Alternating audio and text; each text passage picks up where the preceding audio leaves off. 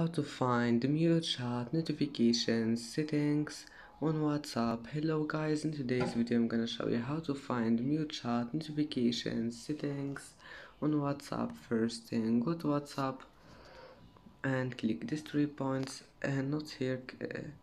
Go to any chat you want, like this one, and then click on the profile here and scroll down scroll down until you find this one, mute notifications, and click on it. As you see here, you can manage mute notifications settings.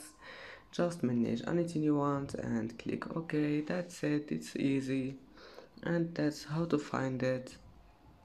And that's it for today's video.